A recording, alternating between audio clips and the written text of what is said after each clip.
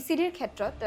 কিছুমানে এনেকুৱা ধৰণৰ মন্তব্য আগবঢ়ায় যে অসমীয়া চলচ্চিত্ৰৰ যি ধৰক গৰিমা ভিচিডিয়ে হয়তো তাক অকণমান গৰিমাটো হ্ৰাস কৰা বা সেই কোৱালিটিটো অকণমান তললৈ আনি দিছিল নেকি তেনেকুৱা ধৰণৰ অভিযোগো বহুতে দিয়া দেখা যায়। গতিকে সেই অভিযোগটো মানে খুব শুদ্ধ বুলি মই নাভাবোঁ।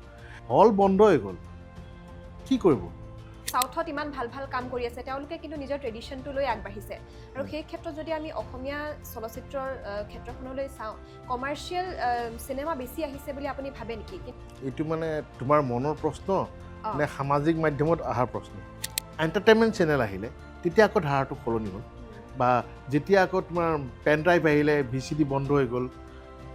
তেতিয়া আকৌ ধাৰাটো সলনি হ'ল। ঠিক তেনেদৰে সেই ডিজিটেল যুগটোত আকৌ সলনি হৈ গৈছে। লকডাউনৰ সময়ত সেইটো কথা মই নিজেই ক'ব বিচাৰোঁ দেই, ধৰক আৰু সেই সময়ত কিন্তু বেহাৰবাৰী আউটপোষ্ট চলি আছিলে, আপোনালোকে কিন্তু মনোৰঞ্জন দিবলৈ সক্ষম হৈছিল। কম গালি খাইছোঁ নেকি তেতিয়া? আমাৰ নিজৰ ফেটাৰ্নিটি মানুহৰ পৰাই বহুত গালি খাইছোঁ শ্বুটিং চলাই থকাৰ কাৰণে। ক'ভিড চেণ্টাৰ কৰি ইয়াতে মানুহ ৰাখিছিলোঁ, ইয়াতে তেওঁলোকৰ ট্ৰিটমেণ্ট হৈছিল আৰু তেওঁলোকে ইয়াতে শ্বুটিঙো কৰি আছিল, কাৰণ ডাইৰেক্টৰ, কেমেৰামেন, লাইট বয়, আৰ্টিষ্ট চবৰে ক'ভিড হৈ গৈছিল। ক'ভিডৰ পিছত জুবিন অসুস্থ হ'ল, 2021 এবাৰ অসুস্থ হ'ল, তাৰপিছত বম্বে গ'ল। 2021 অহাৰ পিছত, বম্বেৰ পৰা অহাৰ পিছত এদিন আকৌ মাতিলে, তেতিয়া চিকমিকত কাম কৰে, মাতি পেলাই ক'লে সময় হৈ গ'ল, এতিয়া আমি আৰম্ভ কৰিম। মানে মিছন চাইনা হ'ল, তাৰপিছত কাঞ্চনজংঘা হ'ল, গতিকে এইখন চিনেমা কৰাৰ এতিয়া সময় হৈ গৈছে, এতিয়া আমি আৰম্ভ কৰিম। 2021 ৰৈ পিনালে আমি আৰম্ভ কৰোঁ। নমস্কাৰ, মই আৰ্য চন্দ্ৰিকা, আপোনালোকে চাই আছে ৰেডিঅ' গপশ্বপৰ অন্য এটি পডকাষ্টৰ খণ্ড। আজিৰ পডকাষ্টৰ খণ্ডত আমি আমন্ত্ৰণ কৰি আনিছোঁ এগৰাকী খুবেই বিশেষ ব্যক্তি, আৰু তেখেত হৈছে ৰাজেশ ভূঞা। ৰাজেশ দাৰ সৈতে আজি বহুখিনি কথা পাতিম। অসমীয়া চলচ্চিত্ৰ জগতত তেখেতৰ অৱদানৰ বিষয়ে সকলোৱে জানে, গতিকে সেই বিষয়েও পাতিম, পুৰণি দিনৰ কথা পাতিম, লগতে তেখেতৰ আগন্তুক পৰিকল্পনা, কি কি নতুন ছবি আহি আছে, লগতে এখন খুবেই জনপ্ৰিয় ধাৰাবাহিক বেহাৰবাৰী আউটপোষ্ট, তাৰ বিষয়েও কথা পাতিম। আশা কৰিছোঁ আপোনালোকে পডকাষ্টৰ খণ্ডটি চাই ভাল পাব। নমস্কাৰ ৰাজেশ দা, আজি গপশ্বপৰ পডকাষ্টলৈ আপোনাক স্বাগতম জনাইছোঁ। আচলতে আমিহে আজি আপোনাৰ ষ্টুডিঅ'লৈ আহিছোঁ, আপোনাৰ ইয়াত খুব ধুনীয়া লাগি চাইছে পৰিৱেশটো। ধন্যবাদ তোমালোক ইয়ালৈ অহাৰ কাৰণে, আৰু মোৰো ভাল লাগিছে তোমালোকৰ লগত এইদৰে বহিবলৈ পাই, আৰু নিশ্চয় আমি আজি ভাল ভাল কথা পাতিম। তুমি বিচৰা ধৰণে কথা পাতিব পাৰোঁ নে নোৱাৰোঁ মই নাজানো, কাৰণ আমি সদায় কেমেৰাৰ পিছফাল থকা মানুহ, কেমেৰাৰ পিছফাল থাকিহে আমি কামবোৰ কৰি থাকোঁ। গতিকে তোমালোক সদায় কেমেৰাৰ আগত থকা, মাইকৰ সন্মুখত থকা, আৰু আমাৰ ডিউটিটো বেলেগ। তো এনিৱে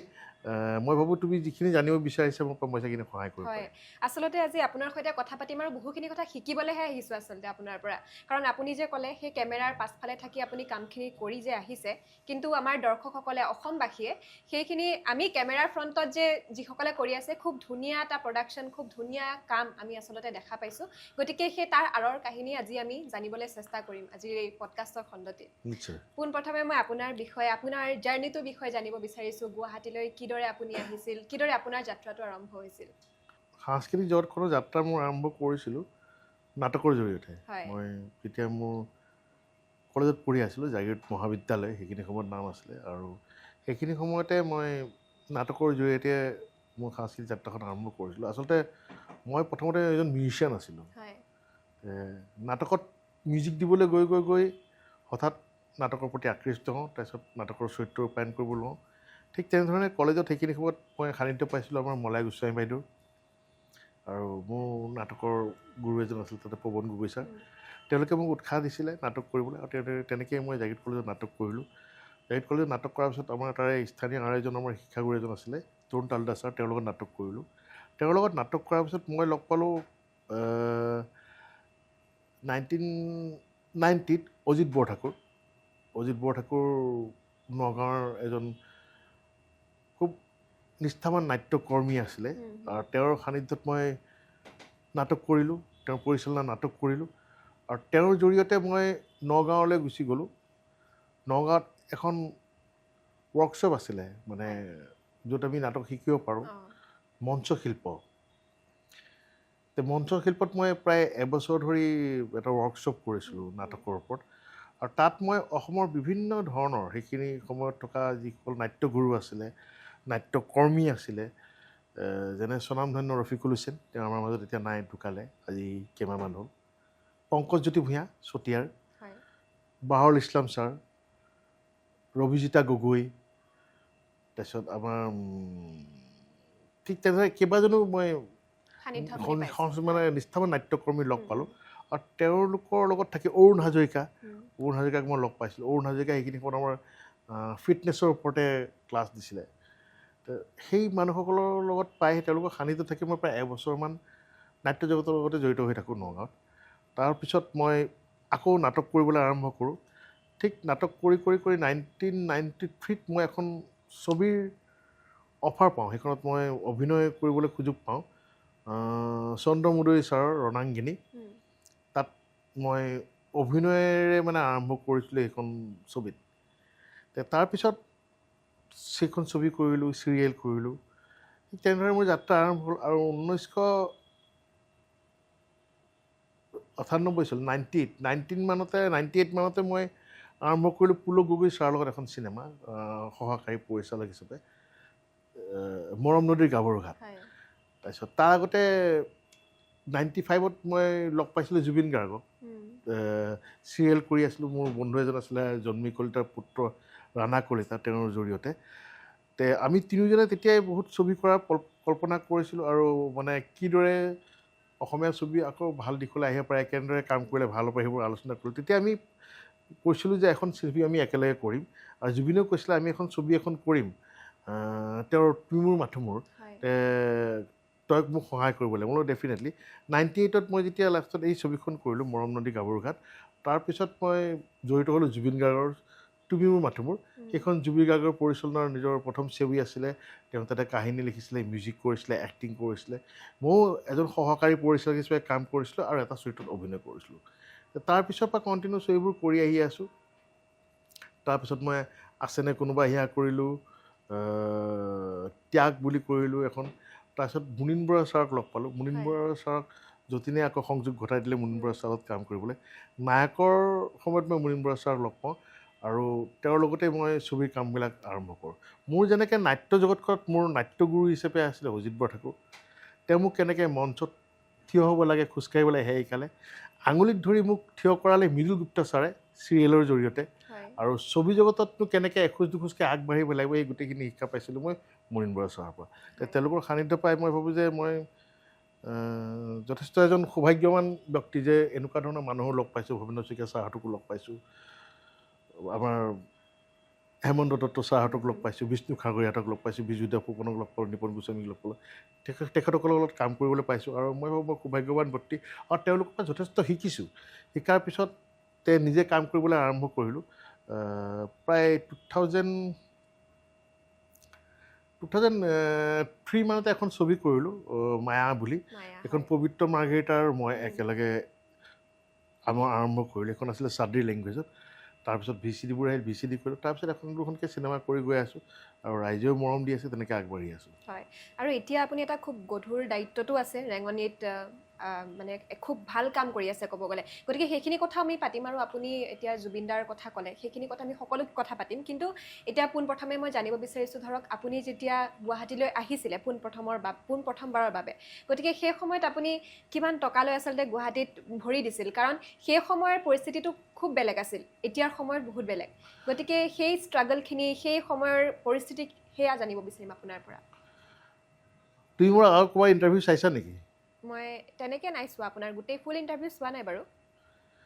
এই প্ৰশ্নটো মোক আজিলৈ কোনো কৰা নাই যে আপুনি কেনেদৰে আহিলে। এগৰাকী এনকোৱাৰী কৰিছিলে এটা নিউজ চেনেলত, এনি টিভিত আছিলে। তেতিয়া মই কৈছিলোঁ কথাখিনি। মই 99ত মোৰ বিয়া হয়, 2001ত গুৱাহাটী গুচি আহিছোঁ। আৰু মই যেতিয়া গুৱাহাটী আহিছিলোঁ তেতিয়া মোৰ হাতত আছিলে 135 টকা আৰু লগত আছিলে মোৰ পৰিবাৰ। আৰু সাহস এটা আছিলে, সেইখিনি আমি দুয়ো কাম কৰিছিলোঁ। বিশেষকৈ দূৰদৰ্শনত সেইখিনি সময়ত খুব কমিশ্যন প্ৰগ্ৰাম হয়। মই যে কৈছিলোঁ মৃদুল গুপ্তা ছাৰ, তেওঁৰ পৰা মই যথেষ্টখিনি শিকিছোঁ। মৃদুল গুপ্তাই আছিলে সাহস। তো গুচিতো আহিলোঁ কাম কৰিম বুলি। যতীনেও ক'লে গুচি আহ, গুৱাহাটী আহ, কাম কৰিব লাগিব। গুচি আহিলোঁ। সেই মোৰ যাত্ৰা আছিলে। মোৰ সাৰথী হিচাপে আছিলে মোৰ পৰিবাৰ, বাসৱী মহন্ত ভূঞা, চুমকি বুলি মাতোঁ। আৰু সেই 135 টকাই আছিলে মোৰ হাতত কেছ। বাকী বাচন বৰ্তন আছিলে। কাৰণ মৃদুল দাৰ তাত কাম কৰোঁতে যিখিনি পইচা পাইছিলোঁ দুয়োটাই, সেই তাৰ আগতে আহি পেলাই মানে অলপ বজাৰ তজাৰ কৰি থৈ গৈছিলোঁ যে আমি আহি চিফ্ট হ'ম আৰু তেনেকৈ চিফ্ট হ'লোঁ। তাৰপৰাই আৰম্ভ কৰা। আৰু মোৰ এখন বাইক এখন আছিলে, এতিয়াও আছে,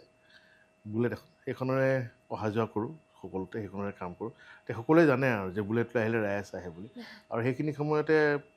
মানে আমাৰ ছবি জগত বা চিৰিয়েলৰ জগতত বুলেটখন চলাই ফুৰা মানুহ মই আছিলোঁ, আৰু এইফালে ৰবিৰ এখন বাইক আছিল, ৰবিও চলাইছিলে। আৰু আছিলে আমাৰ দিব্য। সেই সময়ত মানে খুব তাকৰ আছিল চাগে তাকৰ সেই আছিলে। বাইক তেনেকৈ চলোৱা আমি কেইটামানহে আছিলোঁ আমাৰ লাইনত মানুহ, বাইক চলাই ঘূৰি ফুৰোঁ তেনেকৈ। আৰু সেই সময়ত হয়তো আপোনালোকে যেতিয়া বাইকখন লৈ আহে সকলোৱে হয়তো চাই মানে ঠিক তেনেদৰে আৰম্ভ কৰিছিলোঁ। বিভিন্ন ধৰণৰ ঘাট প্ৰতিঘাত গৈছে। সেইখিনি সময়ত যেতিয়া আমি আহোঁ, একেখিনি জেগাতে মই আজিও আছোঁ, হাতীগাঁও শেৱালি পথত। আপুনি সেই গোটেই জেগাটো এতিয়ালৈকে একে জেগাতে আছোঁ। সেই গোটেই জেগা ৰাস্তাটো কেঁচা আছিলে, এতিয়া বহুত সলনি হৈ গ'ল। আগতে এখন বজাৰ আছিলে সেই মছজিদৰ ওচৰত, এতিয়া বজাৰ জেগাত গোল চক্কৰ হ'ল, ৰাস্তা ডাঙৰ হ'ল, মানে কি কয় মাজেদি ডিভাইডাৰ হ'ল, বহুতখিনি সলনি হ'ল। ঠিক তেনেধৰণে আৰম্ভ কৰিলোঁ। আৰু হয়তো ক'ৰবাত গোটেই মানুহখিনিৰ মোৰ প্ৰতি এটা মৰম আছিলে। ভাইমন দা, মঞ্জুলা বৌ, বিজু দা, যতীন, জুবিন, চবৰে সকলোৱে একেলগে মিলিজুলি কাম কৰিছিলোঁ। আৰু এতিয়াও চেষ্টা কৰি আছোঁ। আৰু মই নিজকে সদায় এজন নাট্যকৰ্মী বা এজন সাংস্কৃতিক কৰ্মী হিচাপেহে চিনাকি দিবলৈ ভাল পাওঁ। হয়, আপুনি যে ক'লে এতিয়া আপুনি তেতিয়াৰ পৰা এতিয়ালৈ আপুনি একেটা জেগাতে আছে, হাতীগাঁৱত আছে। গতিকে গুৱাহাটীখনটো কিমান সলনি হৈছে। এতিয়া আমি এসপ্তাহ যদি কোনোবা এটা জেগালৈ নাযাওঁ, সেই জেগাটো আমি কিবা নহয় কিবা এটা চেঞ্জ আমি দেখা পাওঁৱেই। গতিকে সেই আপোনাৰ পৰা জানিব বিচাৰিম, ইমান দিনে আপুনি গুৱাহাটীৰ সেই ঠাই, আপুনি থকা ঠাইখিনিয়ে হওক বা গোটেই গুৱাহাটীখনৰ কথাই কওক, কেনেকুৱা ধৰণে সলনি হোৱা দেখিছে বাৰু? আচলতে পৰিৱৰ্তনটো আহিছে, সকলো ফালৰ পৰাই আহিছে। যিদৰে পৰিৱৰ্তন আমি এই কংক্ৰিট মহানগৰীত সকলো ফালৰ পৰা দেখি আহিছোঁ, কিন্তু তেনেধৰণে পৰিৱৰ্তন আমি সাংস্কৃতিক জগতখনটো বিচাৰোঁ। সেইটোহে আমি পিছ পৰি হ'লোঁ। বাকী সকলো ফালৰ পৰা উন্নতি ঠিকেই হৈ আছে। গাড়ী ঘোঁৰা বাঢ়িছে, দামী দামী গাড়ী আহিলে, দামী দামী গাড়ীৰ কোম্পানী আহিলে, ৰাস্তা ঘাট হ'ল, ফ্লাইঅভাৰ হ'ল, বহুত ডিভাইডাৰ হ'ল, 2 লেনৰ পৰা 4 লেন হ'ল, যথেষ্টখিনি হৈছে। ডাঙৰ বিল্ডিঙো আহিলে, আজিকালি KFC আহিলে, মেকডনাল্ডছ আহিলে। আগতে বাহিৰত কাম কৰিবলৈ গ'লে প্ৰথমতে খাওঁ হয় মেকডনাল্ডছটো খাই লওঁ, পিছত বা কেতিয়া খাব পাম, তেনেকুৱা ধৰণৰ কথা। আজিকালি ইয়াতে পোৱা যায়, সকলো বস্তু আহিলে। কিন্তু আমাৰ সাংস্কৃতিক জগতখনে আমি একে জেগাত থাকি গ'লোঁ, আমাৰ মানুহখিনিহে একে জেগাত থাকি গ'ল। হয়তো আমি সেই পৰ্যায়লৈকে আগবাঢ়িব নোৱাৰিলোঁ যিমানখিনি পৰ্যায় আজি 20-25 বছৰে গুৱাহাটীখন আগবাঢ়ি গ'ল, পৰিৱৰ্তন হ'ল, উন্নতি হ'ল। আমাৰ কিন্তু সাংস্কৃতিক জগতৰ লগত লাগি থকা কৰ্মীসকল বা সাংস্কৃতিক জগতখনৰ তেনেকুৱা উন্নতি নহ'ল। বিশেষ চিনেমা জগতখনৰ কথা কৈছোঁ, আৰু বিশেষকৈ টিভি ইণ্ডাষ্ট্ৰীটো, চিৰিয়েলৰ কথা কৈছোঁ। যেনেদৰে আগবাঢ়িব লাগিছিলে, যিমানখিনি উন্নতি হ'ব লাগিছিলে, আজি Bengal film industry, TV industry আছে, চাউথৰ ফিল্ম ইণ্ডাষ্ট্ৰী, টিভি ইণ্ডাষ্ট্ৰী আছে, মাৰাঠী ফিল্ম ইণ্ডাষ্ট্ৰী আছে, টিভি ইণ্ডাষ্ট্ৰী আছে। তেওঁলোকৰ যিদৰে উন্নতি হৈছে, আমাৰ দুয়োখন জগত মানে টিভি মিডিয়া আৰু ছবি জগত, আমি সেইটো বহুতখিনি পিছ পৰি আছোঁ। গতিকে সেই পৰিৱৰ্তনখিনি আহিলেহে হয়তো আমি ভাবিবলৈ পাৰিম যে হয় পৰিৱৰ্তন হৈছে বুলি। ইয়াৰ কাৰণ হিচাপে আপুনি কি ভাবে, মানে অসমত কিয় সেই পৰিৱৰ্তনটো সাংস্কৃতিক জগতক, এতিয়া আপুনি যে ক'লে ধাৰাবাহিকৰ ক্ষেত্ৰত বা টিভি চেনেলৰ ক্ষেত্ৰতে হওক বা চিনেমাৰ ক্ষেত্ৰতে হওক, সেই সলনিটো যে অহা নাই, এতিয়া অসমীয়া যিসকল দৰ্শক ধৰক, তেওঁলোকে সেই সলনিটো আনিব বিচৰা নাই নে তাৰ আঁৰৰ কাৰণটো কি বুলি ভাবে আপুনি? নাই, অসমীয়া দৰ্শকসকলে পৰিৱৰ্তন আনিব বিচাৰিছে, চাব বিচাৰিছে। তাৰ আচল কাৰণটো হৈছে প্ৰতিযোগিতা, কম্পিটিশ্যন। কাৰণ আজিকালি চব বস্তু হাতত হৈ গ'ল ন, মোবাইলটোতে চব বস্তু পাওঁ। ঠিক তেনেদৰে আমি মোবাইলটোতে গোটেই পৃথিৱীখনৰ পোৱা হ'ল। গতিকে আমাতকৈ বেলেগবোৰ বেছি সোনকালে আপগ্ৰেড হৈ আছে, আমি হয়তো পিছ পৰি আছোঁ। ধৰা আমাৰ প্ৰথমতে অভাৱ আছিলে যে ভাল চিত্ৰনাট্য লিখা মানুহ আমাৰ হাতত খুব তাকৰ আছিলে, কেইজনমানহে আছিলে। শইকীয়া ছাৰ আছিলে, জাহ্নু বৰুৱা ছাৰ আছিলে, মুনীন বৰুৱা আছিলে, হেমন্ত দত্ত ছাৰ আছিলে, ঠিক কেইজনমান আছিলে। প্ৰপাৰ মানে চিত্ৰনাট্য লিখা মানুহ, সেইটো এটা আমাৰ ডাঙৰ অভাৱ আছিলে। এতিয়া সেই অভাৱবোৰ লাহে লাহে পূৰণ হ'বলৈ ধৰিছে। এতিয়া আহিছে নতুন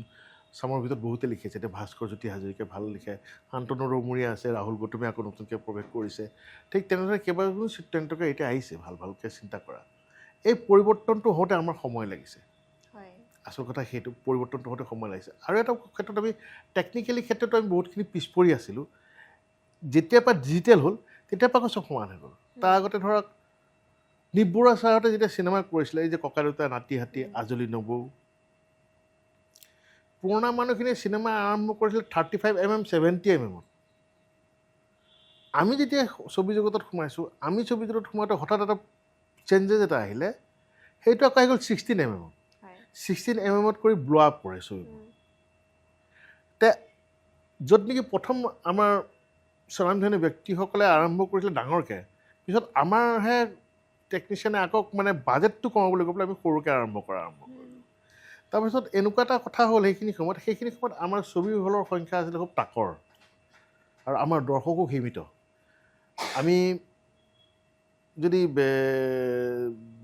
হিচাপ কৰোঁ অসমীয়া বুলি ক'বলৈ মানুহ কিমান আছে সেইটো সঠিক উত্তৰটো যদি মই ভাবোঁ যে 2-2.5 কোটি অসমীয়া মানুহ নাই যেন লাগে মোৰ হয় ডাঙৰ এটা প্ৰশ্ন গতিকে সেইফালৰ পৰা আমাৰ জনসংখ্যা বহুত কম অসমীয়া হিচাপে আমি জনসংখ্যা বহুত কম যিদৰে তুমি বেলেগ কমিউনিটিক ধৰা বেংগলীখিনিক ধৰা তামিলনাডুৰখিনিকে ধৰা বা তুমি কেৰেলাৰ মানুহখিনিকে তেওঁলোকৰ জনসংখ্যা আমাতকৈ বহুত বেছি তে জনসংখ্যাও মেটাৰ কৰে এই গোটেই বস্তুটো সাংস্কৃতিক জগতখনত কাৰণ জনসংখ্যা বেছি হ'লেহে আমি কাম বেছি কৰিলে বেছি মানুহে চাব যদি আমাৰ মানুহে তাকৰ আমাৰ যদি সংখ্যাই সীমিত সংখ্যক সংখ্যা হয় তেতিয়াহ'লে আমি দেখুৱাম কাক এইটো হয় যে ছবি এনেকুৱা এটা লেংগুৱেজ যাক নেকি ভাষাৰ প্ৰয়োজন নহয় ছবিখনে নিজাকৈ এটা ভাষা কঢ়িয়াই লৈ ফুৰে যিটো ছবিৰ নিজৰ ভাষা তেনেকৈ যে অসমীয়া জানিবই লাগিব অসমীয়া ছবিখন চাবলৈ তেনেকুৱা নহয় ঠিক তেনেকুৱা ধৰণৰ ছবিও আমাৰ হৈছে যিবোৰ আমি কওঁ যে অগতানুগতিক ছবি যিবোৰ ছবি সাধাৰণতে আমি দেখা পাওঁ বিভিন্ন প্ৰতিযোগিতাত যায় গোটেই পৃথিৱীত তেনেকুৱা ধৰণৰ ছবি আমাৰ হৈছে যেনেকৈ জানুদাৰ ছবিবোৰ তেনেকুৱা আছিলে ভৱেন্দ্ৰনাথ শইকীয়া ছাৰৰ ছবি তেনেকুৱা আছিলে আমাৰ ৰীমাৰ ছবিবোৰ তেনেকুৱা আজিকালি কিন্তু কমাৰ্চিয়েল ছবি বাণিজ্যিক ছবি খুব কম হৈছিলে এইখিনিবোৰ বাণিজ্যিক ছবিৰ ক্ষেত্ৰত গোটেই পৰিৱৰ্তনটো আনিছিলে নীপ বৰুৱা ছাৰে ককাদেউতা নাতিহাতী তাৰপিছত আহিলে আজলি নবৌ এই ছবিকেইখনে বাণিজ্যিক ধৰণে ছবি পৰিৱৰ্তন আনিছিলে তাৰপিছত শিৱপ্ৰসাদ ঠাকুৰ ছাৰে আনিলে পৰিৱৰ্তন তাৰপিছত মুনীন বৰুৱা ছাৰে আনিলে পৰিৱৰ্তন ঠিক তেনেদৰে পৰিৱৰ্তনটো আহিছে এতিয়া লাহে হয়তো আমি একদম মই বাকী জগতবিলাকৰ লগত ফেৰ মাৰিব পৰাকৈ হৈছোঁ বুলি কোৱা নাই কিন্তু আমিও চেষ্টা কৰি আছোঁ এধাপকৈ আগবাঢ়ি যাবলৈ এইটো হয়তো ভাল লক্ষণ বুলি ভাবিছোঁ আৰু এইখিনি সময়ত বহুতো ছবি পৰিচালক ওলাইছে নতুন ছবি পৰিচালক ওলাইছে ভাল কাম কৰি আছে যেনেকৈ আমাৰ মাজত সুব্ৰত আহিছে ভাল কাম কৰি আছে সমীৰ ভাল কাম কৰিছে প্ৰণৱ ভৰালীয়ে ভাল কাম কৰিছিলে আৰু এতিয়া আমাৰ মুনীন বৰুৱাৰ পুতেক মানস বৰুৱা তেওঁ ভাল কাম কৰিছে কেইবাখনো ডাঙৰ চিনেমা কৰি আছে মই ভাবোঁ যে এতিয়া হয়তো আমি অকণমান ঠন ধৰি উঠিছোঁ যে বাহিৰৰ জগতখনত প্ৰতিযোগিতা কৰিবলৈ কিন্তু তাতো আমি ক'ৰবাত নহয় ক'ৰবাত থমকি ৰ'ব লগা হয় এইটো কাৰণে কাৰণ আমাৰ বাজেট সীমিত সংখ্যক হয় আমাৰ বাজেটটো সীমিত আমি অপেন বাজেট ছবি কৰিব নোৱাৰোঁ আমি ছবি এখনৰ প্লেন কৰাৰ লগে লগে আমি বাজেটটো চাইহে ছবিখনৰ কথা প্লেন কৰিব লগা হয় ছবিখনৰ কাহিনীটো চাই কণ্টেণ্টটো চাই বাজেটটো আমি কেতিয়াও নাপাওঁ সেই তাতহে পিছ পৰি আছোঁ যিদিনাখনে আমাৰ কণ্টেণ্ট অনুযায়ী প্ৰডিউচাৰে বাজেট মুকলি কৰি দিব সেইদিনাখনে ভাবিম যে য়েছ আমি ছাকচেছ হৈছোঁ সেই ক্ষেত্ৰত প্ৰডিউচাৰসকলো আগবাঢ়ি আহিব লাগিব বা এতিয়া শেহতীয়াকৈ যদি আমি কওঁ অসমত আহিছেও তেনেকৈ বহুতকেইখিনি নতুন প্ৰজন্মৰ পৰা আমি দেখা পাওঁ তেওঁলোকে ইনভেষ্ট কৰিব বিচাৰে অসমীয়া চলচ্চিত্ৰ জগতত কিন্তু মাজতে এনেকুৱা সময়ো আছিলে কঠিন সময় অলপ যিখিনি সময়ত ধৰক অসমীয়া চলচ্চিত্ৰৰ ভাল দিন চলা নাছিল এতিয়া মই যদি আপোনাক সেই আগৰ পুৰণি দিনৰ পৰা কথা সুধোঁ ধৰক আপুনিতো সেই VCD যুগৰ পৰা তাৰপাছত আকৌ যেতিয়া অকণমান বেয়া সময় আহিছিল তাৰপাছত আকৌ জুবিন দা আমাৰ তেখেতে যেতিয়া আকৌ অসমীয়া চলচ্চিত্ৰ জগতলৈ এক ভাল পোহৰ তেওঁলোকে কঢ়িয়াই আনিলে গতিকে সকলো আপুনি দেখা পাইছে গতিকে কি ক'ব সেই গোটেই তেতিয়াৰ পৰা এতিয়ালৈ অসমীয়া চলচ্চিত্ৰৰ যি ধাৰা যি গতি সেই কোনটো দিশে আগবাঢ়িছে আচলতে হিয়া দিয়া নাই আগৰ নিপুৰা ছাহঁতৰ ছবিটো ভাল চলিল তাৰ ছবি আকৌ বেয়া হ'ল বোৱাৰী চলিলে আজিল নবৌ চলিলে যিখিনি ছবি শিৱপ্ৰসাদ ঠাকুৰ ছাৰে কৈছিলে সেইখিনিও ভালকৈ চলিলে মাজত আকৌ বেয়া হৈ গ'ল তাৰপিছত পৰিৱৰ্তন আহিছিলে হিয়া দিয়া নিয়াৰ পৰা নাই তাৰ আগত আনিলে এইখন যৌৱনে আমনি কৰে ৰাজা বিষয়াৰ চিনেমা আছিলে বৰষাহঁতে কৰি যিখন চিনেমা চলিছিলে তাৰপিছত হিয়া দিয়া আহিলে তাৰ পৰা চেঞ্জেছ আহিল ভালকৈ চলি আছিলে 2005ত আকৌ আমি ৰৈ গ'লোঁ সেইখিনি সময়তে আলফাই বোম ব্লাষ্ট কৰা হ'লে চিনেমা হলৰ সন্মুখত তেওঁলোকৰ দাবীটো আছিলে যে অসমত কেৱল অসমীয়া চিনেমা চলিব লাগিব হিন্দী ছবি চলিব নোৱাৰে কিন্তু আমাৰ কাৰণে এটা ডাঙৰ প্ৰশ্ন আছিলে সেইখিনি সময়ত যে আমাৰ হাতত যথেষ্ট সংখ্যক ইমান সংখ্যক অসমীয়া ছবি নাছিলে যে গোটেই বছৰটো অকল অসমীয়া ছবিয়ে হলত চলি থাকিব পাৰিব আৰু সেইখিনি সময়ত আছিলে এনালগ মানে ৰিলত চলে ডিজিটেল নাছিলে গতিকে সেইটো সম্ভৱ নাছিলে গতিকে হলৰ যিসকল মানে মালিক আছিলে এক্সিবিটৰ আছিলে তেওঁলোক সক্ষম হোৱা নাছিলে হলটো ছাৰ্ভাইভ কৰাবলৈ কাৰণ যদি হিন্দী চিনেমাই চলাব নোৱাৰে হলটো চলাব কেনেকৈ হলৰ ইলেক্ট্ৰিকৰ ভাড়া আছে হলৰ কৰ্মচাৰীসকলৰ দৰমহা আছে তে লাহে লাহে লাহে লাহে লাহে গোটেই অসমত চিনেমা হলবোৰ বন্ধ হ'বলৈ ধৰিলে এটা য'ত নেকি এটা হলৰ কেপাচিটি আছিলে 700-800 ধেমাজিত এটা আছিলে 1200 এই ডাঙৰ ডাঙৰ হলবোৰ বন্ধ হ'বলৈ ধৰিলে হয় সেই কঠিন সময়খিনিও আপোনালোকে যেতিয়া বন্ধ হৈ গ'ল গোটেই চিনেমা ইণ্ডাষ্ট্ৰি বন্ধ হৈ গ'ল সেইটো 2004 লাষ্টৰ ফালৰ কথা আৰু সেইখিনি সময়তে ভাল ভাল ছবি আমাৰ মানুহে মানে চাবলৈ নাপালে যেনে বিধাতা আছিলে এখন কাদম্বৰী আছিলে এখন আৰু কেইবাখনো ভাল ভাল ছবি সেইখিনি সময়ত তাৰমানে বাণিজ্যিকভাৱে যেনেকৈ ভাবিছিলোঁ আমি ছাকচেছ হ'ম বুলি ছাকচেছ নহ'ল সেই ছবিসকল তাৰপিছত লাহে লাহে লাহে যেতিয়া অসমীয়া চিনেমা কমি গ'ল তেতিয়া এটা ধাৰাৰ অসমীয়া চিনেমা হ'ল যে আমি ইয়াত যিহেতু নাচে আমি কম্পিটিশ্যনৰ কাৰণে চিনেমা কৰিম কম্পিটিশ্যনৰ কাৰণে চিনেমা পঠিয়াই সেইখিনি সময়তে VCDৰ জন্ম হ'ল VCD আকাৰে যিবোৰ আমাৰ আৰ্টিষ্ট টেকনিচিয়ানছ আছিলে তেওঁলোকে নিজকে সেই VCDত ভিডিঅ' ফিল্মবোৰতে নিজকে আবদ্ধ কৰি ৰাখিলে কাম কৰিবলৈ আৰু আমিও সুযোগ পালোঁ এটা নতুন প্লেটফৰ্ম পাবলৈ নতুনকৈ কাম কৰিবলৈ এটা সুবিধা পালোঁ আমি নিজকে চৰ্চা কৰিবলৈ এটা সুবিধা পালোঁ ঠিক তেনেকৈ সেই যিটো আমাৰ জাৰ্ণি আছিলে তাত আকৌ মুনীন বৰা ছাৰেও অংশগ্ৰহণ কৰিলে তেওঁ স্ক্ৰিপ্ট লিখা আৰম্ভ কৰিলে তেতিয়া আমাৰ যদুমণিও কাম কৰা হৈ গ'ল আকৌ ভিডিঅ' ফিল্ম ময়ো কাম কৰিলোঁ ঠিক তেনেকৈ আমি আমাৰ যিমানখিনি নৱপ্ৰজন্মৰ এতিয়া যিখিনি নৱপ্ৰজন্মৰ আৰ্টিষ্ট আছে অভিনেতা মেক্সিমাম কিন্তু সেই VCD জগতৰ পৰাই অহা গতিকে সেইটো এটা ডাঙৰ ৰিভলিউশ্যন আছিলে আমাৰ কাৰণে আমি হয়তো ক'ৰবাত নহয় ক'ৰবাত এটা ক্ষেত্ৰতে মানে ছাকচেছ হ'লোঁ যে অন্য যি হওক নহওক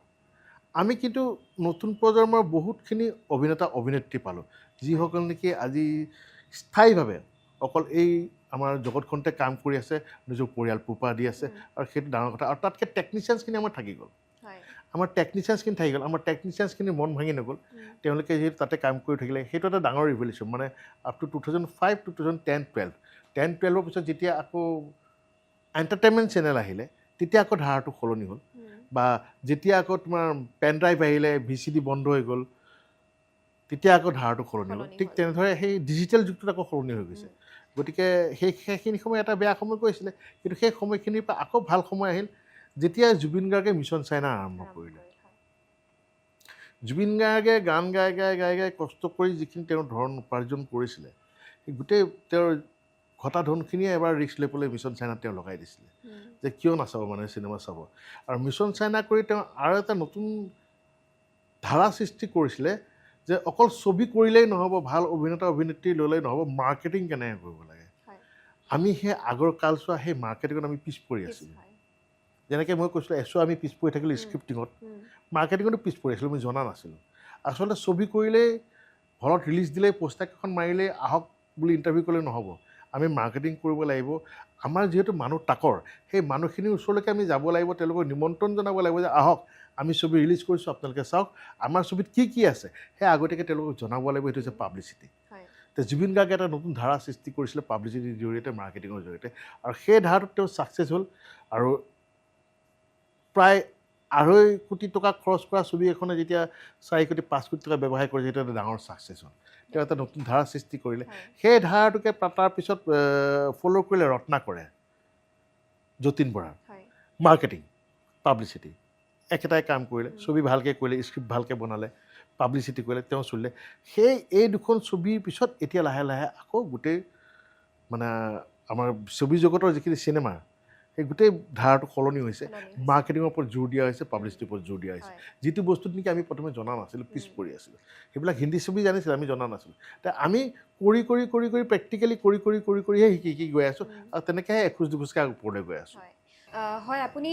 এইষাৰ কথা একেবাৰে ঠিকেই কৈছে মানে সেই মাৰ্কেটিঙৰ যি কথা আমি বাহিৰত এতিয়া বৰ্তমান সময়তো আৰু এডভান্স লেভেললৈ গুচি গৈছে এতিয়া ধৰক ডিজিটেল যুগ আহিলে PR-ৰ যি মহত্ব মানে এতিয়া সেয়া নেক্সট লেভেলত গুচি গৈছে কিন্তু আপুনি যে ক'লে জুবিন দাই সেই ধাৰাটো আৰম্ভ কৰিছিলে অসমীয়া চলচ্চিত্ৰৰ ক্ষেত্ৰত সেই সময়ত মই যদি মনত পেলাওঁ ময়ো সেই সময়ত কলেজত আছিলোঁ কলেজে গৈ তেখেতে যুৱচামৰ মাজত বিশেষকৈ যি মানে এনেকুৱা হৈছিলে ন সেই সময়ত যুৱচামে বলিউডৰ বা হিন্দী চিনেমাহে বেছি চায় অসমীয়া চলচ্চিত্ৰৰ সেই পুৰণি কথাবিলাক বা অসমীয়া চলচ্চিত্ৰও যে আমি চাম সেই বস্তুখিনি পাহৰি হয়তো গৈছিল কিন্তু সেয়া জুবিন দাই হয়তো আকৌ পুনৰ ঘূৰাই আনিবলৈ সক্ষম হৈছে গতিকে বৰ্তমান সময়ত সেয়া আপুনি কি ভাবে PR বা যিটো পাব্লিচিটিৰ ক্ষেত্ৰত কেনেদৰে কাম কৰিলে সফল হ'ব বুলি আপুনি ভাবে সেইটোৱে মই সেইটোৱে ক'লোঁ যে জুবিন গাৰ্গে এটা নতুন ধাৰা দেখুৱাই থৈ গ'ল সেই ধাৰাটোকে এতিয়া আমি ফ'ল' কৰিছোঁ পাব্লিচিটিৰ ক্ষেত্ৰত যে যিদৰে বিয়া এখন পাতিলে নহ'ব বিয়া খাবলৈ মানুহ কি কৰোঁ আমি নিমন্ত্ৰণ কৰোঁ নে ঘৰে ঘৰে গৈ পেলাই ঠিক সেই ফৰ্মুলাটোৱে জুবিন গাৰ্গে ব্যৱহাৰ কৰিছিলে তেওঁ যিমানকেইখন ফাংচন কৰিছিলে চবতে গৈ মানুহক ৰিকুৱেষ্ট কৰিছিলে আহক আমি চিনেমা ৰিলিজ কৰি আছোঁ চাব ঠিক তেনেদৰে স্কুল কলেজলৈ গৈছিলে হয়নে তুমি যেতিয়া কৈছা স্কুলত পঢ়ি আছিলা কলেজে নিমন্ত্ৰণ কৰিছিলে আমি মানুহক জনাব লাগিব যে আমি যে কামটো কৰিছোঁ আমি ৰিলিজ দি পেলাই আমি খুব বুজাই থাকিলে নহ'ব আমি অসমীয়া চিনেমা এখন কৰিলোঁ ৰিলিজ কৰিলোঁ মানুহে নাচালে আমি অসমীয়া চিনেমা কৰিলোঁ ৰিলিজ কৰিলোঁ মানুহে নাচালে মানুহে গমটো পাব লাগিব সেই গম পোৱাটো আমাৰ দৰকাৰ সেইটো আমি কৰিব লাগিব সেইটো গতিকে আৰু এতিয়া হয়তো এই পাব্লিচিটিৰ ওপৰত আৰু চিন্তা চৰ্চা কৰাৰ প্ৰয়োজন আছে আৰু নতুন কি কি দিশ আমি ধৰিব পাৰোঁ কেনেদৰে পাব্লিচিটি কৰিব সেইবিলাক আৰু চিন্তা চৰ্চা কৰাৰ সময় আছে মই ভাবোঁ এতিয়া যিখিনি নতুনকৈ চিনেমা ৰিলিজ কৰিবলৈ গৈ আছে তেওঁলোকে চিন্তা কৰিব তেনেধৰণে আৰু সকলোৱে পাব্লিচিটি কিছুমান মানে ষ্টাৰ্ট থৈ দিয়ে আমিও তেনেকৈ স্বৰ্গতৰ সময়ত কৰিছিলোঁ এতিয়া দেখিছোঁ এইখন চুপা চুপিৰ ক্ষেত্ৰতো কৰিছে ঠিক তেনেধৰণৰ কিছুমান ভাবি থৈ এতিয়া ৰঘুপতিয়েও কৰি আছে ৰঘুপতিৰ মই ঐ পুলিচৰ মই যোৱাকালিৰ পৰা দেখি আছোঁ ককাদেউতাইও কৰিছে ককাদেউতাই গৈ যোৰহাটত গান ৰিলিজ কৰিছে ঠিক তেনেধৰণৰ কাম কৰি আছে আৰু মই ধৰ এনেধৰণে আমি লাগি থাকিব লাগিব বিশেষকৈ পাব্লিচিটিৰ ক্ষেত্ৰত মই এতিয়া অকণমান পুৰণি দিনলৈ ঘূৰি যাব বিচাৰিছোঁ ধৰক VCD যিটো যুগ VCDৰ কথা ক'লে আপোনাৰ নামটো আগত আহিবই সেয়া আমি ক'বই লাগিব কাৰণ যেতিয়া আমি সৰু আছিলোঁ ধৰক তেতিয়াই আমি সেই VCD চায়ে ডাঙৰ হোৱা বুলি ক'ব লাগিব সেই সময়ত জানমণি জোনবাই অভিমানী মন লখিমী খুব বেছিয়ে হিট আছিল আৰু গোটেই অসমৰ ৰাইজে আঁকোৱালি লৈছিলে ৰাজেশ ভূঞাৰ পৰিচালনাৰে খুব মানে সেই লাইনটো মনত থাকে আৰু ধৰক আহি থাকে চ' সেই সময়ৰ কথাখিনি অকণমান আপোনাৰ পৰা জানিব বিচাৰিম অকণমান পাতিব বিচাৰিম আপোনাৰ সৈতে কেনেকুৱা আছিলে সেই যিটো চেঞ্জ এটা আপুনি আনিছিল মই যিটো অলপ আগতে ক'লোঁ যে তাৰমানে আমাৰ এটা প্ৰব্লেম হৈছিলে যে ছবি এইখিনি সময়ত নাইকিয়া হৈ গৈছে ছবি বন্ধ হৈ গৈছিলে গতিকে আমি নিজকে ক'ত ব্যস্ত ৰাখিম ঠিক তেনেদৰে চিন্তা চৰ্চা কৰি থাকোঁতে দেৱবৰকতিকে আৰম্ভ কৰিলে যে আমি যিহেতু গানবোৰ আছে গানবোৰ অকল ৰিলিজ কৰিলেওতো নহ'ব অকল গানবোৰ ভিডিঅ' কৰি ৰিলিজ কৰিলেও নহ'ব যদি মাজত সৰু সৰুকৈ কাহিনী ভৰাই দিব পাৰোঁ সেই চিন্তা চৰ্চা কৰি পেলাই আমি প্ৰথম আৰম্ভ কৰিছিলোঁ VCD প্ৰথম আৰম্ভ কৰিলোঁ জানমণি অঞ্জনা তাৰপিছত জোনবাই ঠিক তেনেকৈ কৃষ্ণমণি চুতীয়াই আৰম্ভ কৰিলে ৰাংঢালি অনুপমে আৰম্ভ কৰিলে আকৌ কিবা এটা বেণ্ড দি পেলাই তাৰ পাহৰি গৈছোঁ মই নামটো জুবিনে আৰম্ভ কৰিলে নাহৰ ঠিক তেনেধৰণে আৰম্ভ হ'ল VCD জগতৰ কাহিনী সেইটো আৰু সেই বস্তুবোৰ কৰোঁতে যিহেতু গোটেইখিনি আমি তাৰ আগতে ছবি জগতৰ লগতে জড়িত হৈ আছিলোঁ গোটেই টেকনিচিয়ানছবোৰ গতিকে আমি ছবি এখন যেনেকৈ ধৰণে কৰোঁ ঠিক তেনেধৰণে আমি গোটেই যা যোগাৰখিনি কৰিছিলোঁ খালি পাৰ্থক্য এটাই আছিলে কেমেৰাটোৱে পাৰ্থক্য আছিলে কাৰণ ছবি এখন কৰিবলৈ সেইখিনি সময়ত চেলুলইড আছিলে ৰিলৰ কেমেৰা আছিলে কেন ইউজ আছিলে এইবাৰ যেতিয়া আমি এইটো ধৰিলোঁ এতিয়া টেপ থাকে তেতিয়া D5 কেমেৰা আছিলে ছনী D5 আছিলে তাত এনেকুৱা HD এটা টেপ আহে এই টেপটো লৈ পেলাই কাম আৰম্ভ কৰিলোঁ ঠিক তেনেকৈ ইয়াত আগতে ছবি ধৰা তোমাৰ এডিটিং হৈছিলে হেৰিত ষ্টিমবেক তাৰপিছত লাহে লাহে ছবি ষ্টিমবেকৰ পৰা মই যেতিয়া তুমি মাথো মোৰ আৰু এখন মৰমনদী গাভৰুৱাত কৰিব গ'লোঁ তেতিয়া আমি কৰিলোঁ হেৰিত এভিডত কাম কৰা আৰম্ভ ঠিক তেনেকৈ শিখৰ প্ৰসাদৰ লগত মই কেইবাখনো ছবি কৰিছোঁ এডিট আছেনে কোনোবাই সেয়া কৰিছোঁ তাৰপিছত তুমি মাথো মোৰ কৰিছোঁ আৰু ৰণাংগিনী নহয় অগ্নিসাক্ষী কৰিছোঁ তেওঁলোকক গতিকে তেওঁলোক তেতিয়া সেই এভিড মেচিনটোত তেওঁলোকে হেৰি কৰে তেওঁ চেঞ্জ হ'ল এইটো ষ্টিমবেকৰ পৰা এভিডলৈ গুচি আহিলে মানে কম্পিউটাৰেদি কৰা হ'ল গোটেই কামখিনি ঠিক তেনেকৈ ইয়াতো সেই যে টেপটো চলি আছিলে এই ৰিলৰ পৰা আমি টেপলৈ গুচি আহিলোঁ চেঞ্জটো খালি কেমেৰা তাত আমি 16 বা 35ত কৰিছিলোঁ ইয়াত D5 তেনেকুৱা ধৰণৰ ল' বেণ্ড বা হাই বেণ্ড কেমেৰাবোৰ আছিলে সেইবোৰ কেমেৰা দি কাম কৰিছিলোঁ বাকী লাইটৰ যিটো মানে ডিজাইন সেইবিলাক চব একেই আছিলে ঠিক তেনেদৰে কাম বাকী মানুহ গোটেইখিনি একে থাকে মেকআপ ইয়াতো লাগে তাতো লাগে গোটেইখিনি একে লাগে গতিকে আমি যেতিয়া কাম কৰিলোঁ আমি এখন চিনেমাৰ দৰে কাম কৰিছোঁ বুলি ভাবি লৈছিলোঁ খালি আমাৰ প্ৰজেকশ্যন হৈছিলে ঘৰৰ টিভিটোত সৰু পৰ্দাৰ কাৰণে হলৰ পৰা ঘৰলৈ সৰু পৰ্দাত আৰু যিহেতু হললৈ মানুহ নোযোৱা হ'ল তেতিয়া আমি মানুহৰ ওচৰলৈ যোৱা আৰম্ভ কৰিলোঁ সেই CDৰ থ্ৰুদি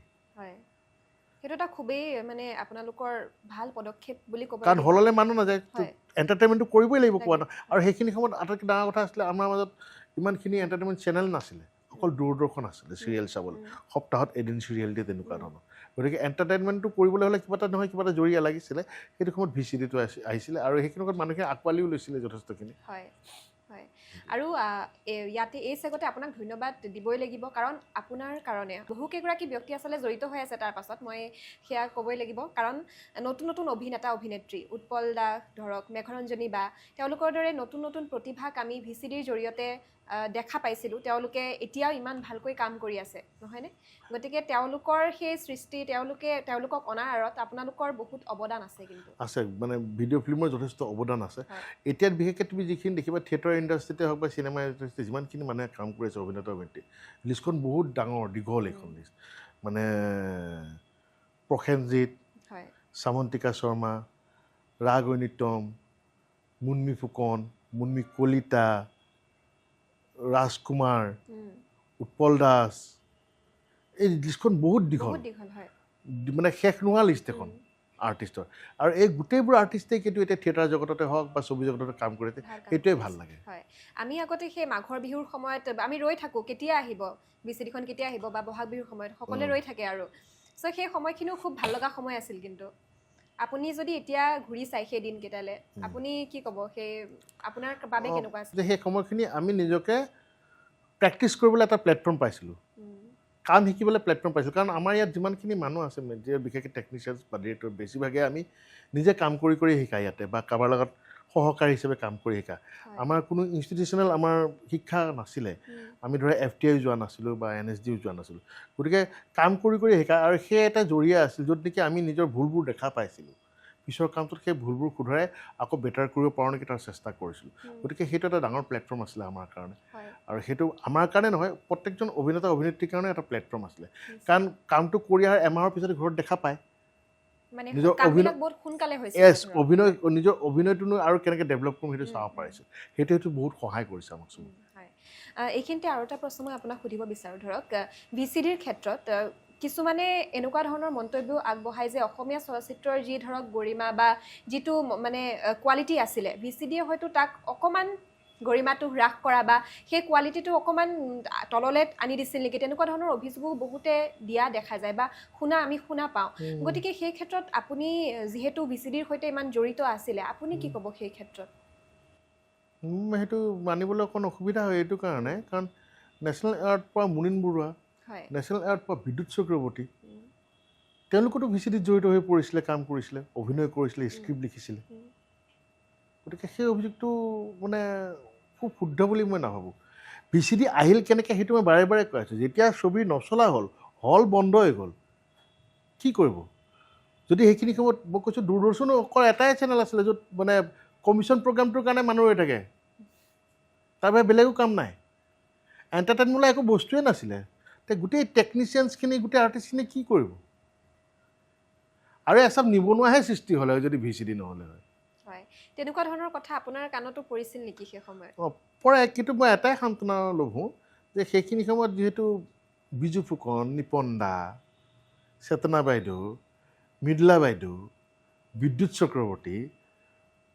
গোটেই মানুহখিনি যিখিনি মানে বাঘা মানুহ অসমীয়া ছবি জগতৰ গোটেইবোৰেই VCDত জড়িত হৈ পৰিছিল গতিকে কমপ্লেইন কৰা মানুহখিনিনো কোন সেইটোহে চাবলৈ মন যায় মোক মানে কৈছিলে বেয়া হৈছিলে বুলি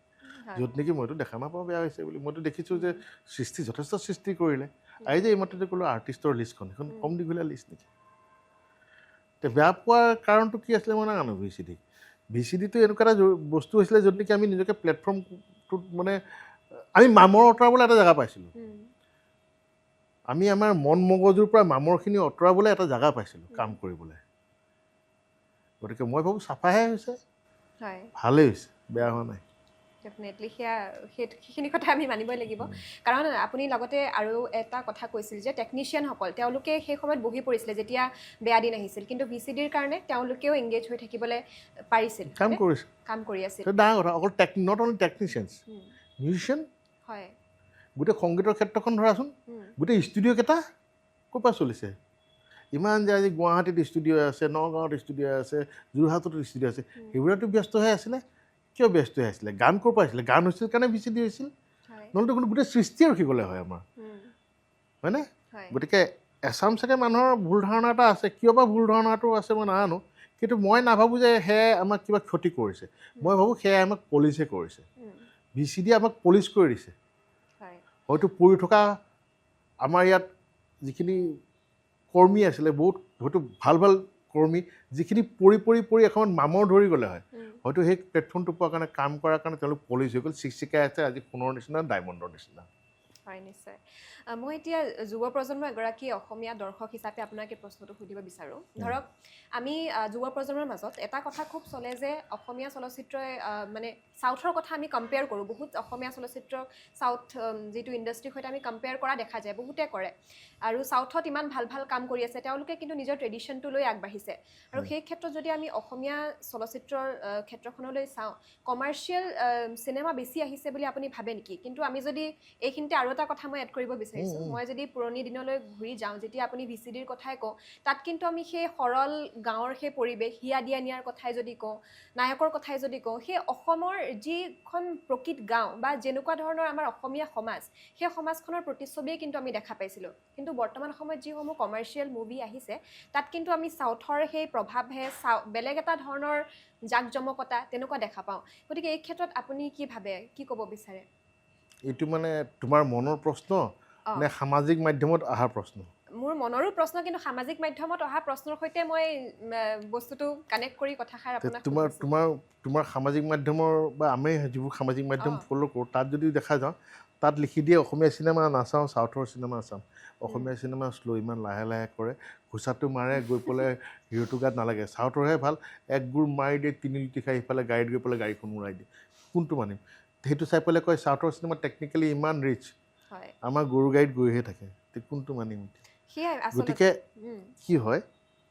তুমি কোৱা প্ৰশ্নটো শুদ্ধ কিন্তু এইটো চাব লাগিব যে যিসকল মানে কয় যে চাউথৰ চিনেমাৰ নিচিনা আমাৰ চিনেমাই কিয় নহয় বাৰে বাৰে কৈছোঁ যে আমি ছবি এখন কৰিব লাগে বাজেটটোৰ ওপৰত নিৰ্ভৰ কৰি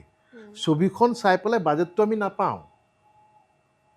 ছবিখন চাই বাজেটটো পালে আমিও পৃথিৱীত আজি যি ধৰণে ছবি হৈ আছে সেইদৰে ছবি কৰিবলৈ আমাৰ ইয়াতো টেকনিচিয়ানছ আছে ডিৰেক্টৰ আছে স্ক্ৰিপ্ট আছে সেইটোৱে ডাঙৰ আৰু দ্বিতীয় কথা হ'ল ক'ৰবাত নহয় ক'ৰবাত তুমি কোৱা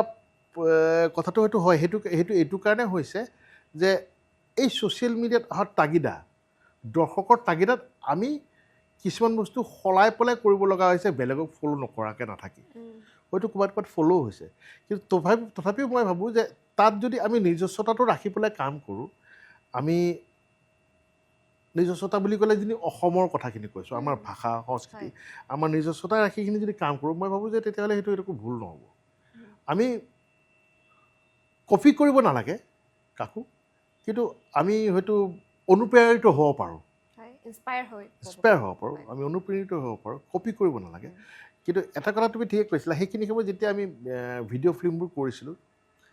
তেতিয়া আমি এই কথাটো বিশেষকৈ মন কৰিছিলোঁ যে চাউথৰ চিনেমাবোৰ আমি সৰুৰ পৰা চাওঁ যে তাত যিখন পথাৰ দেখুৱাই খুব শুৱনি হয় খুব ধুনীয়া হয় আমাৰ পথাৰবোৰ ধুনীয়া কৰিব নোৱাৰোঁ নেকি ঠিক হয়তো তেনেধৰণৰ এটা চিন্তা চৰ্চা কৰিছিলোঁ কাৰণে আমি পথাৰত কাম কৰিছিলোঁ যদি আমাৰ পথাৰবোৰ ধুনীয়াকৈ আমি দেখাবলৈ মানে চেষ্টা কৰিছিলোঁ জোনবাইৰ ক্ষেত্ৰতে হওক বা জানমণিৰ ক্ষেত্ৰতে হওক সকলোতে আমি আমাৰ সংস্কৃতিটো এৰি দিয়া নাছিলোঁ আৰু আমি ভাবোঁ বিশেষকৈ মইতো ভাবোঁ যে আমাৰ অসমত ইমানবোৰ মানে সবল আছে এতিয়াও যে আমি বেলেগক কপি নকৰাকৈ আমি আমাৰ নিজৰ সৃষ্টিৰে নিজৰ কাহিনীৰে অসমত হৈ থকা কাহিনী উপকাহিনী আমি ছবি কৰিব পাৰোঁ বা চিৰিয়েল কৰিব পাৰোঁ গতিকে মই নাভাবোঁ যে ডাইৰেক্ট তেওঁলোকৰ কিবা কপি কৰিব লাগিব নালাগে এতিয়া কিন্তু যিমানখিনি ছবি হৈ আছে মই সেইকাৰণে গৌৰৱ কৰোঁ অসমীয়া ছবিৰ আমাৰ কৰ্মীসকলক লৈ এতিয়া যিমানখিনি ছবি হৈ আছে নতুনকৈ সকলোৱে কিন্তু নিজৰ নিজৰ কাহিনীৰে নিজৰ নিজৰ অঞ্চলৰ কাহিনী লৈ নিজৰ নিজৰ মানুহখিনিৰ কাহিনী লৈ পেলাই ছবি কৰি আছে বিশেষকৈ মই মন কৰিছোঁ আমাৰ সুব্ৰতই বিদুৰ ভাই হওক ৰঘুপতি হওক নিজৰ মানুহখিনিক লৈ নিজৰ আমাৰ গল্প আমাৰ কথা তেনেদৰে আগবাঢ়িছে ঠিক এতিয়া মই প্ৰণৱৰ দেখিছোঁ প্ৰণৱেও ঠিক তেনেদৰে কাম কৰিছে এইটো আমাৰ গল্প দেখোন আমাৰ কথা আমাৰ অসমত হৈ থকা কথা সেনেকৈ আগবাঢ়িছে গতিকে এইটো এটা ভুল কোনোবাই যদি মানে ক'ব খুজিছে যে অসমীয়া ছবিয়ে বাহিৰক ফ'ল' কৰিছে আচলতে নহয় আজিকালি টেকনিকবোৰ চব একেই হৈ যায় সেইকাৰণে হয়তো ফ'ল' কৰালে হয় কিন্তু সেইখিনি টেকনিক চবতে চলি আছে এতিয়া গতিকে সেইটো কাৰণে এটা হয় কিন্তু যিমান পাৰোঁ আমিও চেষ্টা কৰিব লাগে আমাৰ যিখিনি কৰ্মী লাগি আছে চিনেমাত বা চিৰিয়েলত যে আমি নিজস্বতাটো নেৰি নিজস্বতা ধৰি তেনেকৈ আগবাঢ়ি যাওঁ নিশ্চয় আপোনাৰ শেহতীয়াকৈ যিখন এখন ছবি ৰৈ ৰৈ বিনালে সেইখনৰ কথা নুসুধিলে নহ'ব যিহেতু অসমীয়া দৰ্শকৰ বাবে সেইখন কেৱল এখন ছবি নাছিল এক ইম'শ্যন বুলি মই ক'ম ছবিখনৰ বিষয়ে গতিকে ছবিখনৰ কথা আপোনাৰ পৰা অকণমান জানিব বিচাৰিম এবাৰ এই 2005ত যে আমি আৰম্ভ কৰিছিলোঁ বুলি যে কৈছিলোঁ জানমণি ৰঞ্জনা মিহিনী সেই 2005ৰ বিহুত এপ্ৰিল তেতিয়াই মই মানসে কেইদিনমানৰ আগতে এটা ৰিলিজ কৰিছে এটা জুবিন মানসৰ যাত্ৰা বুলি সেই প্ৰজেক্টটো পৰিচালনা কৰিবলৈ মানসে মোক হায়াৰ কৰিছিলে মানস আৰু পবিত্ৰ মাৰ্ঘেৰিটাই জুবিন গাৰ্গ যাব তেওঁলোকে গোটেই শ্ব'টো কেমেৰাত ধৰি ৰাখিব লাগে মই গৈছিলোঁ আৰু মোৰ এজন সহযোগী কেমেৰামেন গৈছিলে সেইখনত আকৌ মই নিজে কেমেৰাও কৰিছিলোঁ কেমেৰা কৰোঁতে নাজানা কথাখিনি মই সুমন দৰাক সুধি মানে ফোন কৰি সুধি লওঁ যে কেনেকৈ হোৱাইট বেলেঞ্চ কৰে কেনেকৈ কি কৰে সেনেকৈ তে এই গোটেই জাৰ্ণিটো যেতিয়া কৰি আছিলোঁ তেতিয়া আমি গাড়ীত প্ৰায় অহা যোৱা কৰোঁ এই গানবোৰ শুনো তেতিয়া কেছেট আছিলে গানবোৰ শুনো তেতিয়া আমি সেই ৰৈ ৰৈ বিনালে গানটো বহুত শুনো আৰু ষ্টেজত মই সেই ৰৈ ৰৈ বিনালে গানটো কেতিয়াবা গাই পিছৰ ষ্টেজখন গাবলৈ আকৌ মই কওঁ জুবিনক যে আজি আকৌ গাবিচোন গানটো জুবিনকে এই গানটো গাব নোৱাৰি বৰ কষ্ট যে মোক তেতিয়া সুধি তই গানটো কিয় ইমান নুশুনো মোৰ বোলো এই গানটো কিবা নামটো মানে হেডটোতো ৰৈ ৰৈ বিনালে এখন ধুনীয়া চিনেমা হ'ব পাৰে সি কয় নামটো বেয়া নহয় ন ৰৈ ৰৈ বিনালে কাৰণ চিনেমা হ'ব পাৰে অঁ গ'লোঁ শ্ব'টো কৰিলোঁ গুচি গ'লোঁ পিছদিনাখন আকৌ শ্ব'লৈ যাম কৈছে কালি যে কৈছিলি মই ষ্টৰি এটা ভাবিয়ে পেলালোঁ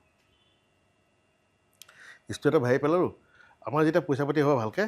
এখন চিনেমা কৰিম এইখন চিনেমা তেতিয়া তই ডাইৰেকশ্যন কৰিবি মই এক্টিং কৰিম ঠিক তেনেকৈ আগবাঢ়িছিলে 2005ৰ সেই আমাৰ আগবঢ়া কথাটো তাৰপিছততো আকৌ ছবি জগতৰ এইটো বেয়া আহি গ'ল VCD আহিলে তল পৰিল প্ৰায় আজিৰ পৰা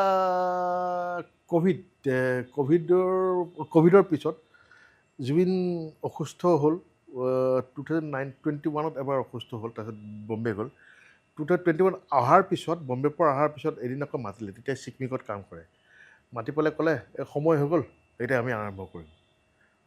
মানে মিছন চাইনা হ'ল তাৰপিছত কাঞ্চনজংঘা হ'ল গতিকে এইখন চিনেমা কৰাৰ এতিয়া সময় হৈ গৈছে এতিয়া আমি আৰম্ভ কৰিম এইটো 2021ত ৰৈ ৰৈ বিনালে আমি আৰম্ভ কৰোঁ মই তেতিয়া ক'লোঁ ষ্টৰিটো কৈছে ষ্টৰিটো আগৰটো ৰাখিছোঁ অকণ চেঞ্জ কৰি পেলাই দুয়োটাই বহি প্লেন কৰিম ষ্টৰি এটা বনালে ভাল লাগিলে আগবাঢ়িব পাৰি তাৰ দুদিনমানৰ পিছৰ পৰা সি এটা গান কৰা আৰম্ভ কৰিলে আমাৰ হাতত ৰৈ ৰৈ বিনালে গানটো আছিলে তাৰপৰা সেইটো আকৌ নতুনকৈ কম্প'জ কৰিছে এটা দুটাকৈ গান কৰা আৰম্ভ কৰিলে সেই 2021ৰ পৰা লাহে লাহে গানবোৰ কৰা আৰম্ভ কৰিলোঁ গানবোৰ কমপ্লিট হোৱাৰ পিছত স্ক্ৰিপ্টৰ কামত বহিলোঁ 2022ত স্ক্ৰিপ্টৰ কামত বহি কমপ্লিট এবাৰ হ'ল তাৰপিছত আকৌ চেঞ্জেছ আহিলে চেঞ্জেছ কৰি শেষত আমি 2024 জানুৱাৰীত আৰম্ভ কৰিলোঁ শ্বুটিং ৰৈ ৰৈ বিনালে 2024 ডিচেম্বৰৰ পিছৰ ফালে আৰম্ভ কৰিছোঁ আৰম্ভ কৰিলোঁ তাৰপিছত আৰু বাকীখিনিতো আৰু ৰাইজে জানেই অসমৰ ৰাইজে যিটো নঘটিবলগীয়া ঘটনা এটা হৈ গ'ল তাৰপিছত আকৌ ৰৈ গ'ল চব 19 ছেপ্টেম্বৰ তেওঁৰ যিটো পৰিকল্পনা আছিলে যে 31 অক্টোবৰত ছবিখন ৰিলিজ কৰিব লাগিব সেইখিনিতে আমি সকলোৱে গুৰুত্ব দিলোঁ আৰু যিহেতু তেওঁ বিচাৰিছিলে ছবিখন 31 তাৰিখে ৰিলিজ হোৱাটো গতিকে গোটেইখিনিয়ে আকৌ ইফালে তিলনীৰ আয়োজন চলি আছিলে সেইখিনি সময়তে গৰিমা আৰু প্ৰযোজক শ্যামন্ত গৌতমে কৰিছিলে যে তাৰ যিটো আধৰুৱা সপোন আছে সদ্যহতে সেই সপোনটো আমি পূৰা কৰিব লাগিব সেইটো খুব কঠিন হৈছিলে আমাৰ কাৰণে একচেপ্ট কৰা আৰু তেওঁৰ আটাইতকৈ ডাঙৰ সেই আধৰুৱা সপোনটো তেওঁৰে কাম এটা আধৰুৱা আছিলে যিটো নেকি আমি কোনেও হাত দিব নোৱাৰোঁ সেইটো হৈছে বেকগ্ৰাউণ্ড মিউজিকটো ছবিখনৰ কাৰণ তেওঁৰ চিন্তা আমাতকৈ বহুত বেলেগ বহুত ওপৰত আমি হয়তো য'ত চিন্তা কৰি আমাৰ চিন্তা কৰিব নোৱাৰা শক্তি হৈ যায় তেওঁ তাৰ পৰা আৰম্ভ কৰে গতিকে বেকগ্ৰাউণ্ড মিউজিকটো এটা এনেকুৱা এটা ডাঙৰ ছাবজেক্ট চিনেমাখনত সেইটো তেওঁ নোহোৱাকৈ সম্ভৱ নাছিলে খালি তেওঁ এটাই সাহস আছিলে তেওঁ কিন্তু কৈ থৈছিলে যে যেতিয়াই ছবিখনলৈ কথা পাতোঁ যে চব ৰেডি হৈ আছে তই চিন্তা নকৰিবি গানবিলাকে আমাৰ বেকগ্ৰাউণ্ড মিউজিক হ'ব চব ৰেডি হৈ আছে তই চিন্তা নকৰিবি সেনেকৈ আমি আগবাঢ়িম তাৰপিছত আমি জ'জ' প্ৰাণ বৰকটকে সহায় ল'লোঁ তেওঁ যথেষ্ট সহায় কৰিলে এই ক্ষেত্ৰত আৰু আচুৰ্য যথেষ্ট সহায় কৰিছে বাকী গোটেই ৰাহুলে সহায় কৰিছে পোষ্ট প্ৰডাকশ্যনৰ কাম অমৃত দেৱজিত সকলোৱে সহায় কৰিছে সকলো সহায় কৰাৰ পিছত তেওঁ যিটো তাৰিখ নিৰ্ধাৰণ কৰি থৈ গৈছিল 31 অক্টোবৰ সেই তাৰিখটোতে আমি ৰৈ বিনালে ছবিখন ৰাইজৰ মাজত মুকলি কৰি দিছোঁ আৰু এইটো আচলতে তেওঁৰ প্ৰতি এটা আমাৰ শ্ৰদ্ধাহে আছিলে জুবিন গাৰ্গৰ প্ৰতি কাৰণ তেওঁ বিচাৰিছিল এই তাৰিখটোত আৰু তেওঁক শেষ সময়ত আমি একো দিব নোৱাৰিলোঁ এটলিষ্ট এটাই চেষ্টা কৰিছিলোঁ আমি ইউনিটটোৱে যে তেওঁ বিচৰা তাৰিখটোতে তেওঁৰ ছবিখন ৰিলিজ দিলে তেওঁক এটা সন্মান দিম সেইটোৱে বিচাৰিছিলোঁ আৰু সেনেকৈ এইখন ছবিখন ৰিলিজো কৰিলোঁ আৰু মানুহে আঁকোৱালি লৈছে জুবিনক কাৰণ জুবিনৰ শেষ ছবি সেইখন আৰু আমাৰ বহুতৰে কাৰণে শেষ ছবি তাৰপিছত আমি এতিয়ালৈকে আৰু ছবি কামত হাত দিব পৰা নাই 19 তাৰিখৰ পিছত মানে অসমৰ ৰাইজে যিদৰে ৰৈ ৰৈ বিনাই আছে আমি সকলোৱে ৰৈ ৰৈ বিনাই আছোঁ আজি হ'ল এতিয়া আজি কেই তাৰিখ আজি মে' মাহৰ 30 তাৰিখ আজি মে' মাহৰ 30 তাৰিখ যোৱাকালিলৈকে গৰিমা সেই বেছি কোৰ্টত গৈ আছে আমিও কোৰ্টত গৈ আছোঁ বিচাৰি আছোঁ ন্যায়ৰ কাৰণে আৰু বিশ্বাস আছে তেওঁ ন্যায় পাব তেওঁ নিজৰ কাৰণে তেওঁ ন্যায়টো যেনেকৈ নহওক নিজে উলিয়াবই আৰু অকল এইটো এতিয়া তেওঁ ন্যায় পোৱাতে ডাঙৰ কথা নহয় অসমৰ ৰাইজে ন্যায় পাব লাগিব আচলতে জুবিন গাৰ্গৰ লগত হৈছিল কি সেই কথাটো আমি সকলোৱে জানিব লাগিব হয় আৰু তাৰ বাবে সকলোৱে এতিয়া ঘৰে ঘৰে ধৰক প্ৰাৰ্থনা সদায় কৰিয়ে আছে যে জুবিনদাৰ ন্যায় যাতে সোনকালে পাওক তেখেতে যাতে তেখেতৰ সপোনটোতো আপোনালোকে পূৰা কৰিছে সেয়া শেষৰ যি সপোন আছিল আপুনি যিটো ক'লে 31 অক্টোবৰ দিনাখন তেখেতৰ শেষৰখন ছবি আপোনালোকে ৰিলিজ দিয়াৰ ক্ষেত্ৰত মই এইখিনিতে আপোনালোক আটাইকেইগৰাকী যিসকল জড়িত আছিল আমি সকলোৱে আচলতে ধন্যবাদ দিবই লাগিব কাৰণ সেই সময়খিনি সকলোৰে বাবে বহুত বেছি কঠিন আছিল তেখেতৰ সপোনটো কি আছিল বাৰু অসমীয়া চলচ্চিত্ৰ জগতক লৈ আমি জানো যে তেখেতৰ অসমীয়া চলচ্চিত্ৰ জগতত বহুত বেছি অৱদান আছে কাৰণ আপুনি যি ক'লে সেই মিছন চাইনাৰ পৰা আৰম্ভ কৰি যি এটা পৰিৱৰ্তন সেইটো হয়তো তেওঁৰ অবিহনে আন কোনোবাই অনাটো হয়তো সম্ভৱ নাছিল সাহস নকৰিলে হয় তাৰমানে কোনোবাই আমি 2 কোটি টকা লগাই চিনেমা এখন কৰিব সাহস নকৰিলে কাৰণ ঘূৰি নাহে নাই পইচা সেই সাহসটো জুবিন গাৰ্গে কৰিছিলে আৰু সঁচাকৈ নয়নৰ মণি আছিলে সঁচাকৈ সকলোৰে সপোনৰ মানুহ এজন আছিলে তেওঁ আৰু এতিয়া মানে খুব দুধুৰ মুধুৰ এটা জেগাত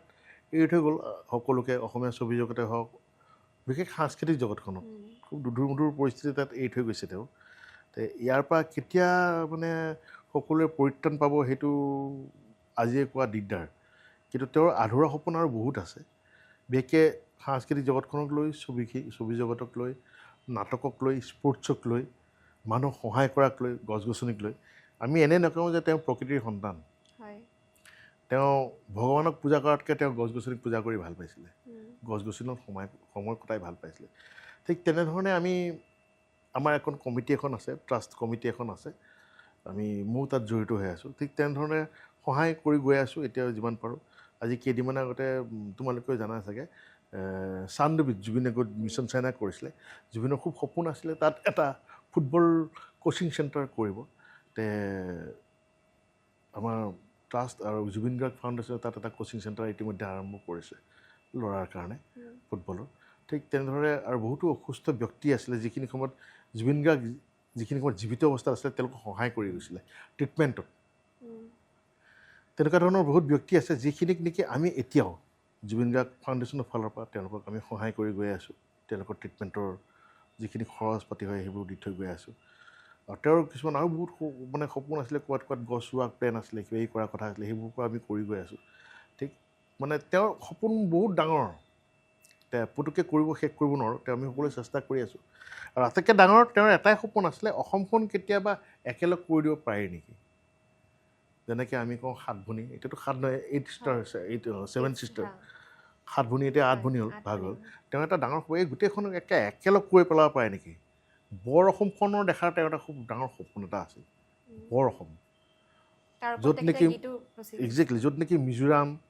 নাগালেণ্ড বেলেগ নহয় মেঘালয় বেলেগ নহয় অৰুণাচল বেলেগ নহয় বৰ অসমখন গোটেই আমাৰ যিখন মেপ নৰ্থ ইষ্টৰ গোটেই মেপখন অসম কৰিবলৈ তেওঁৰ খুব এটা মন আছিলে সেইটোতো নানো কি হয় কিন্তু আমি চেষ্টা কৰিম গোটেই বৰ অসমৰ মানুহখিনিয়ে একেখন সাংস্কৃতিক পথাৰত থাকি পেলাই আমি যেতিয়া কাম কৰি যাব পাৰোঁ আমি সেইটো চেষ্টা কৰিম নিশ্চয় আৰু তেখেতৰ আদৰ্শৰ আজি আগত লৈ আমি সকলোৱে কাম কৰি যাবই লাগিব আৰু বিশেষকৈ গৰিমা বৌ তেখেতে খুব মানে এইবাৰ আমি যদি চাওঁ এবাৰ বহাগৰ ক্ষেত্ৰত সকলোৰে বাবে খুব বেছি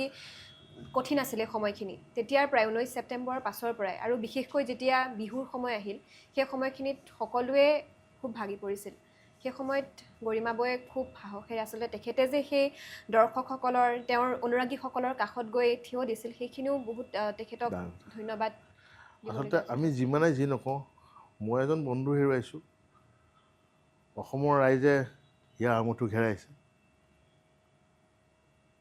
কিন্তু আটাইতকৈ ডাঙৰ লষ্ট যদি হৈছে সেয়া হৈছে গৰিমা গাৰ্গ আৰু কপিল বৰঠাকুৰৰ কাৰণে আৰু মমনৰ কাৰণে পাল্মি বৰঠাকুৰৰ কাৰণে তেওঁলোক তিনিগৰাকীয়ে যি হেৰুৱাইছে আমি সেয়া হেৰুওৱা নাই গৰিমা গাৰ্গে যিটো হেৰুৱালে কপিল বৰঠাকুৰে যি হেৰুৱাইছে জুবিনৰ দেউতাক পাপুৱে আৰু মমনে পাল্মি বৰঠাকুৰে যি হেৰুৱাইছে আমি সেয়া হেৰুওৱা নাই গতিকে আমাৰ এটাই দায়িত্ব এতিয়া আমি সেই পৰিয়ালটোৰ কাষত থিয় হৈ থকাটো আমাৰ দায়িত্ব সেই পৰিয়ালটোৰ কাষত থিয় হৈ থকাটো আমাৰ দায়িত্ব আৰু তেওঁলোকক সাহস দিয়াটোহে আমাৰ দায়িত্ব আমি সেইটোহে কৰিব লাগে এতিয়া কাৰণ তেওঁলোকে যি হেৰুৱালে ডাঙৰ লষ্ট সেইটো লষ্টটো আমি কোনেও পূৰাব নোৱাৰোঁ আমাৰ একো লষ্ট হোৱা নাই বুলিয়ে কৈছোঁ আমাৰ কি লষ্ট হৈছে আমাতকৈ ডাঙৰ লষ্টটো গৰিমাৰ হৈছে পাপুৰ হৈছে মমনৰ হৈছে হয়নে গতিকে এতিয়া আমাৰ দায়িত্ব আমি সেই পৰিয়ালটোৰ ওচৰত সদায় থিয় হৈ থকা তেওঁলোকক সাহস দিয়া আৰু যিবোৰ সপোন জুবিন গাৰ্গৰ আধৰুৱা হৈ আছিলে সেই সপোনবোৰ যাতে পূৰা কৰিব পাৰোঁ সকলোৱে মিলি তাৰ বাবে কাম কৰি যোৱা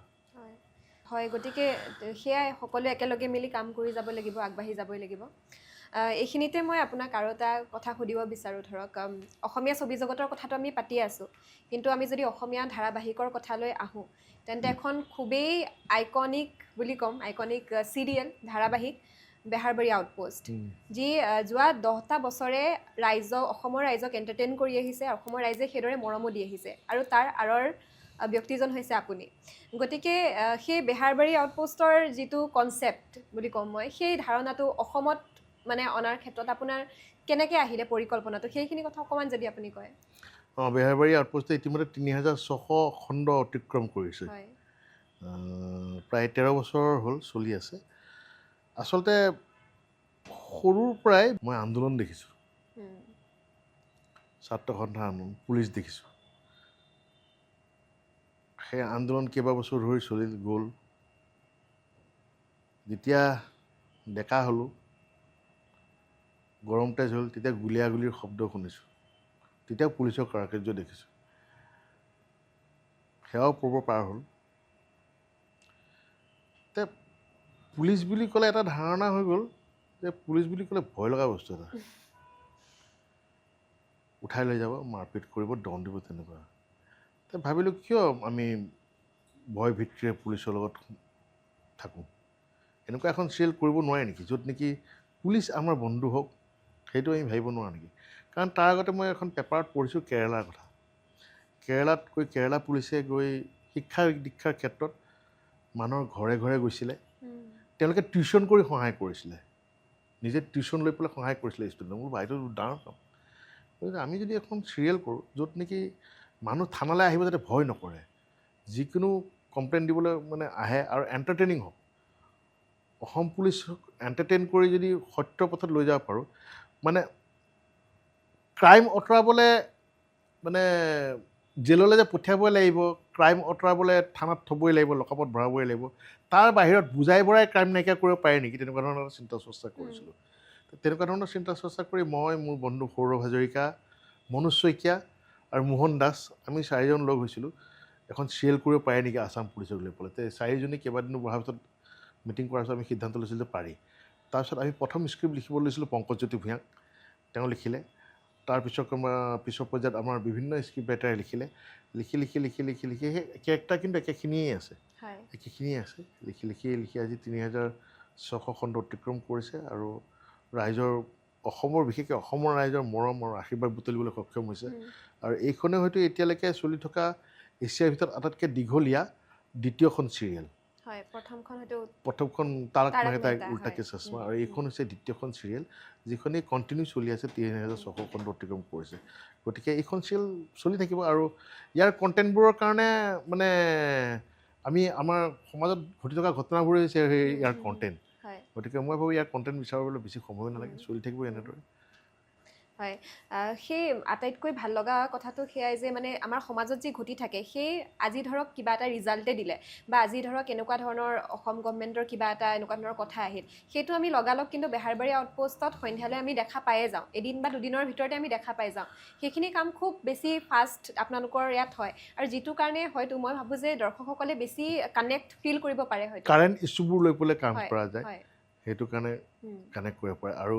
এতিয়া এনেও সময় হৈছে যে আমি আমাৰ এণ্টাৰটেইনমেণ্ট জগতখন আৰু ষ্ট্ৰং কৰাৰ বিশেষকৈ চিৰিয়েলৰ ক্ষেত্ৰত কাৰণ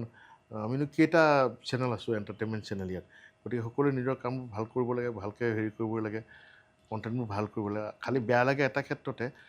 মই যেতিয়া চিৰিয়েল আৰম্ভ কৰিছিলোঁ তেতিয়া চিৰিয়েলৰ বাজেট আছিলে দূৰদৰ্শনত বাৰু 3 লাখ টকা বাজেট আছিলে কমিশ্যন প্ৰগ্ৰাম গ'ল দূৰদৰ্শনটো বাজেট বহুত আছিলে 60,000 80,000 কিন্তু মই যেতিয়া চিৰিয়েল আৰম্ভ কৰিছিলোঁ অনুৰাধা ৰং চিৰিয়েলত তেতিয়া চিৰিয়েলৰ বাজেট আছিলে অলমষ্ট 45,000 কিন্তু আজিও সেই একে বাজেট বা তাতকৈ কমতহে আমি মানে চিৰিয়েল কৰি থাকিব লগা হৈছে সেইটো আটাইতকৈ দুখৰ কথা গতিকে যদি চব ফালৰ পৰা ভাল হয় বিশেষকৈ বাজেটৰ ফালৰ পৰা যদি ভাল হয় মই ভাবোঁ যে অসমীয়া চিৰিয়েলে টিভি ইণ্ডাষ্ট্ৰীত ভাল হৈ থাকিব আৰু ভালকৈ এণ্টাৰটেইন কৰি থাকিব কাৰণ এতিয়াও বহু দৰ্শক আছে অসমীয়া ধাৰাবাহিক তেওঁলোকে চাই ভাল পায় ঘৰে ঘৰে চলি থাকে বিশেষকৈ বেহাৰবাৰী আউটপোষ্টখনৰ কথা ক'বই লাগিব আৰু লকডাউনৰ সময়ত সেইটো কথা মই নিজেই ক'ব বিচাৰোঁ দেই ধৰক সেই সময়ত কেনেকুৱা এটা পৰিস্থিতি আছিল আমাৰ গোটেই সমাজত সকলোৱে নিজৰ ঘৰে ঘৰে আবদ্ধ আছিল আৰু সেই সময়ত কিন্তু বেহাৰবাৰী আউটপোষ্ট চলি আছিলে আপোনালোকে কিন্তু মনোৰঞ্জন দিবলৈ সক্ষম হৈছিল গতিকে সেই মানে ভাৱনাটো আপোনাৰ মনলৈ কিদৰে আহিলে যে তেনেকৈও আমি মানে দৰ্শকসকলক মনোৰঞ্জন দিব পাৰোঁ কম গালি খাইছোঁ নেকি তেতিয়া আমাৰ নিজৰ ফেটাৰ্নিটি মানুহৰ পৰাই বহুত গালি খাইছোঁ শ্বুটিং চলাই থকাৰ কাৰণে ক'ভিডৰ সময়ত ইহঁতি শ্বুটিং চলাই আছে ক'ভিডৰ সময়ত ইহঁতি বেমাৰ বঢ়াই আছে বহুত গালি খাইছোঁ কিন্তু তেতিয়া কাম কৰিছিলোঁ এই গোটেই বিল্ডিংটো যে আছে আমাৰ এই বিল্ডিংটোৰ ভিতৰতে গোটেই মানুহখিনি ৰাখি পেলাই কাম কৰিছিলোঁ ইয়াৰ পৰা ওলাব দিয়া নাছিলোঁ তেনেধৰণে কাম কৰিছিলোঁ আৰু এনেকুৱা হৈছিল ক'ভিডো নোহোৱা নাই ক'ভিডটো চবৰে হৈছিলে ক'ভিড হোৱাৰ পিছতো কিন্তু এইটো আমি গোটেইটো ক'ভিড চেণ্টাৰ কৰি দিছিলোঁ ষ্টুডিঅ'টো ক'ভিড চেণ্টাৰ কৰি ইয়াতে মানুহ ৰাখিছিলোঁ ইয়াতে তেওঁলোকৰ ট্ৰিটমেণ্ট হৈছিল আৰু তেওঁলোকে ইয়াতে শ্বুটিঙো কৰি আছিল কাৰণ ডাইৰেক্টৰ কেমেৰামেন লাইট বয় আৰ্টিষ্ট চবৰে ক'ভিড হৈ গৈছিলে এই গোটেইখিনি ইয়াতে সোমাই থৈ দিলোঁ তেনেকৈ কাম কৰিছিলোঁ আমি এটাই লক্ষ্য কৰিছিলোঁ যে মানুহবোৰ ইমান ডিপ্ৰেশ্যনত গৈছে ক'ভিডৰ সময়ত কিবা এটা এণ্টাৰটেইনমেণ্ট দি যদি অকণ হাঁহিও আনিব পাৰে মানুহৰ মুখলৈ সেয়ে চাগে এটা ডাঙৰ কাম হ'ব আমাৰ কাৰণে আৰু সেইটোৱে চেষ্টা কৰিছিলোঁ আৰু ভাল লাগে যেতিয়া বহুতো অসুখীয়া মানুহ অসুস্থ মানুহে বেহেৰবাৰী চাই পেলাই হাঁহে ইয়ালৈ তেওঁলোকে আহি যেতিয়া আমাৰ শিল্পীসকলক আৰ্টিষ্টসকলক আশীৰ্বাদ দিয়ে ভাল লাগে সেয়া দেখিলে আৰু সেই আশীৰ্বাদৰ জোৰতেই আজি তেওঁলোকো টিকি আছে চলি আছে নিশ্চয় সেয়া কিন্তু খুব এক ভাল প্ৰচেষ্টা আছিল আপোনালোকৰ কাৰণ সেই কয় ন মানুহক আনক হহুৱাটো বহুত ডাঙৰ কথা আৰু সেই ডিপ্ৰেশ্যনৰ সময়ত এনেকুৱা এটা পৰিস্থিতিত যে আপোনালোকে সেই মনোৰঞ্জন দিবলৈ সক্ষম হৈছিল সেয়াও বহুত ডাঙৰ কথা গতিকে বিৰাটে ভাল লাগিলে আপোনাৰ সৈতে বহুখিনি সময় আমি কথা পাতিলোঁ শেষত আপোনাৰ আগন্তুক পৰিকল্পনাৰ বিষয়ে অকণমান জানিব বিচাৰিম কি পৰিকল্পনা আপোনাৰ আছে এইটো বছৰত ছবিৰ কাম কৰিম নে নকৰিম এতিয়া ভাবি পোৱা নাই দুদূৰ মুদূৰ আৰম্ভ কৰোঁ নকৰোঁ তেনেকুৱা হৈছে কিন্তু পৰিকল্পনা নথকা নহয় কেইবাখনো ছবিৰ স্ক্ৰিপ্ট মানে ৰেডি কৰি থৈ দিছোঁ বিশেষকৈ পুৰণা আকৌ জোনবাই এখন মানস ৰবীনৰ জোনবাই সেইখন আগতে মুনীন বৰা ছাৰে লিখিছিলে এতিয়া মানস ৰবীনে লিখি ৰেডি কৰিছে সেইখনৰ এটা পৰিকল্পনা আছে তাৰ বাহিৰে মোৰ নিজৰ ষ্টৰীৰে প্ৰণৱ বৰুৱাই এখন স্ক্ৰিপ্ট লিখি ৰেডি কৰিছে বন্দী বুলি চিনেমাৰ সেইখনো ৰেডি কৰি থৈ দিছোঁ তাৰ বাহিৰে ৰাজদ্বীপৰ এখন স্ক্ৰিপ্ট আছে এইখন আমাৰ DB প্ৰডাকশ্যনে কৰিব আজলি নবৌ 2 দ্বিতীয় বুলি সেইখনো ৰেডি হৈ আছে কিন্তু কামবোৰ আমি ধৰাহে নাই সময় সুবিধা লৈ এটাকৈ কাম ধৰিম বুলি ভাবিছোঁ গতিকে চাওঁ এতিয়া কি হয় হয় শুভেচ্ছা আছে সেই ক্ষেত্ৰত আমাৰ সকলোৰে আৰু ডেফিনেটলি অসমৰ ৰাইজে মৰম দিবই মোৰ আৰু এটা প্ৰশ্ন হঠাৎ আপুনি কৈ থাকোঁতে মনলৈ আহিছে দেই আপুনি যে সেই কৈছিলে ৰীলৰ কথা আগৰ দিনৰ এতিয়াও কিন্তু আকৌ ৰীলে চলি আছে মানে এতিয়াৰ যিটো ডিজিটেল যুগ ৰীলে চলি আছে গতিকে এই ক্ষেত্ৰত সেই নতুন যিসকল অভিনেতা অভিনেত্ৰী আছে আপুনিতো তেতিয়াৰ পৰা কিমান অভিনেতা অভিনেত্ৰীক লগ পালে নহয়নে সেই নতুন অভিনেতা অভিনেত্ৰীসকলৰ মাজত আপুনি কেনেকুৱা ধৰণৰ চেঞ্জ দেখা পায় বা কেনেকুৱা ধৰণৰ তেওঁলোকৰ ছবিক লৈ বা অভিনয়ক লৈ তেওঁলোকৰ আগ্ৰহ কেনেকুৱা দেখা পায় আগতকৈ এতিয়া বহুত চেঞ্জ হৈছে আগতে আমি যেতিয়া কাম কৰিছিলোঁ নিজৰ শৰীৰটোক লৈ পেলাই ইমান যত্ন লোৱা দেখা নাছিলোঁ আৰ্টিষ্টসকলক। গোটেই এই চেঞ্জটো আনিছে ৰবি শৰ্মা। ৰবি শৰ্মাই নিজক ভাল পাবলৈ শিকিছে, নিজক ধুনীয়াকৈ ৰাখিবলৈ শিকিছে। মই দেখিছোঁ তাৰ পিছৰ পৰা লাহে লাহে লাহে আমাৰ যিসকল অভিনেতা অভিনেত্ৰী আছে সকলোৱে নিজক লৈ যত্ন লোৱা আৰম্ভ কৰিছে। সেই চেঞ্জেছটো ডাঙৰ কথা, কাৰণ আগৰ আৰ্টিষ্টখিনি হয়তো সেইটো ইমান এটা যত্ন লোৱা নাছিলে, কিন্তু এতিয়াৰ আমাৰ নৱপ্ৰজন্মৰ যিখিনি আৰ্টিষ্ট আছে ৰবি শৰ্মাৰ পৰা পিছৰ আদেশী কৰি তেওঁলোকে কিন্তু নিজৰ শৰীৰটোৰ প্ৰতি যত্ন লোৱা দেখা পায়। আৰু চৰিত্ৰ এটা ৰূপায়ণ কৰিবলৈ যাওঁতে নিজৰ শৰীৰটো কিন্তু খুব ইম্পৰ্টেণ্ট। শাৰীৰিক যিটো গাঁথন কেনেদৰে হ'ব লাগিব চৰিত্ৰৰ লগত মিলাকৈ। আজিৰ প্ৰজন্মৰ যিখিনি আৰ্টিষ্ট তেওঁলোকে সেইটো চেষ্টা কৰিছে যে চৰিত্ৰটোৰ লগত মিলাকৈ নিজৰ শাৰীৰিক গাঁথনিটো মানে একে কৰিবলৈ চেষ্টা কৰিছে। সেইটো এটা ডাঙৰ মানে যোগাত্মক দিশ আমাৰ সকলোৰে কাৰণে। হয়, মই সেই ৰীলৰ প্ৰশ্নটো যে আপোনাক সুধিলোঁ, মানে এই ক্ষেত্ৰত আমি এতিয়া বহুকেইগৰাকী অভিনেতা অভিনেত্ৰী দেখা পাওঁ, তেওঁলোকে কিন্তু ছ'চিয়েল মিডিয়া থ্ৰু দিয়ে বা তেওঁলোকে ৰীল বনায় বা আগতে যি ধৰণৰ এনেকুৱা মাধ্যম আছিল সেই মাধ্যমৰ যোগেদিয়ে কিন্তু কাম কৰি আহি এতিয়া বহুত ভাল ভাল কাম কৰি আছে। গতিকে সেই ক্ষেত্ৰত আপুনি ভাবেনে, বহুতে কিন্তু তেওঁলোকক ট্ৰলো কৰে যে তেওঁলোকে ছ'চিয়েল মিডিয়াৰ থ্ৰু দি উঠা, এই ক্ষেত্ৰত পৰিচালক হিচাপে আপুনি কি ভাবে, তেওঁলোকৰ তেনেকুৱা কিবা ধৰণৰ মানে পাৰ্থক্য আপুনি দেখা পায়নে? এইটোতো যোগাত্মক দিশ। যোগাত্মক দিশ, তেওঁলোকে নিজকে পাব্লিচিটি কৰিছে, তেওঁলোকে নিজৰ কেলিবাৰটো দেখুৱাই আছে। আমি হয়তো কাৰোবাক বিচাৰি পোৱা নাই, তেওঁলোকে ৰীল বনাইছে, তেওঁৰ ৰীলটো ভাইৰেল হৈছে, তেতিয়া আমি কাৰোবাক বিচাৰি পাইছোঁ দেখিছোঁ। গতিকে এইটো এটা যোগাত্মক দিশ। মই কেতিয়াও এইটো এটা মানে ব্যংগাত্মক দিশ বুলি নাভাবোঁ, এইটো প্লাছ পইণ্ট ৰীল বনোৱাটো। কাৰণ আমি যদি মন কৰোঁ দেখোঁ যে অকল আমাৰ ইয়াতে নহয়, হলিউডৰ ডাঙৰ ডাঙৰ আৰ্টিষ্ট, বলিউডৰ ডাঙৰ ডাঙৰ আৰ্টিষ্টেও ৰীল বনাই আছে। গতিকে ৰীল বনোৱাটো একো বেয়া হ'ব নোৱাৰে, খালি এইটো যোগাত্মক দিশত ব্যৱহাৰ হ'ব লাগে এইটো। হয়, থেংক ইউ ছ' মাছ। আজি বিৰাটেই ভাল লাগিলে আপোনাৰ সৈতে কথা পাতি, বহুখিনি কথা জানিব পাৰিলোঁ, পুৰণি দিনৰ কথাও পাতিলোঁ, আৰু পুনৰবাৰ আপোনাক ধন্যবাদ সময় উলিয়াই আমাক দিয়াৰ বাবে। আজি ধন্যবাদ। আশা কৰিছোঁ আজিৰ পডকাষ্টৰ খণ্ডটি চাই আপোনালোকে ভাল পালে। আজি বহুখিনি কথা পাতিলোঁ VCD যুগৰ পৰা আমাৰ বৰ্তমান অসমীয়া চলচ্চিত্ৰ জগতৰ যি ধাৰা, সেই ধাৰাৰ বিষয়ে কথা পাতিলোঁ, কেনেকুৱা ধৰণৰ পৰিৱৰ্তন আচলতে আহিছে। বহুখিনি কথা আজি ৰাজেশ দাৰ পৰা আমি জানিব পাৰিলোঁ, শিকিব পাৰিলোঁ। আশা কৰিছোঁ আপোনালোকেও ভাল পালে। যদি ভাল পাইছে ভিডিঅ'টো লাইক, কমেণ্ট আৰু শ্বেয়াৰ কৰিব নাপাহৰিব। লগতে এই পডকাষ্টৰ খণ্ডটি আপোনালোকে শুনা পাব স্পটিফাই, এমাজন মিউজিক আৰু ৰেডিঅ' গপশ্বপত প্ৰতি ৰবিবাৰে সন্ধ্যা 6 বজাৰ পৰা নিশা 8 বজালৈ। গতিকে শুনি থাকক আৰু চাই থাকক radio' গপশ্বপ 94.3 FM, proud to be local.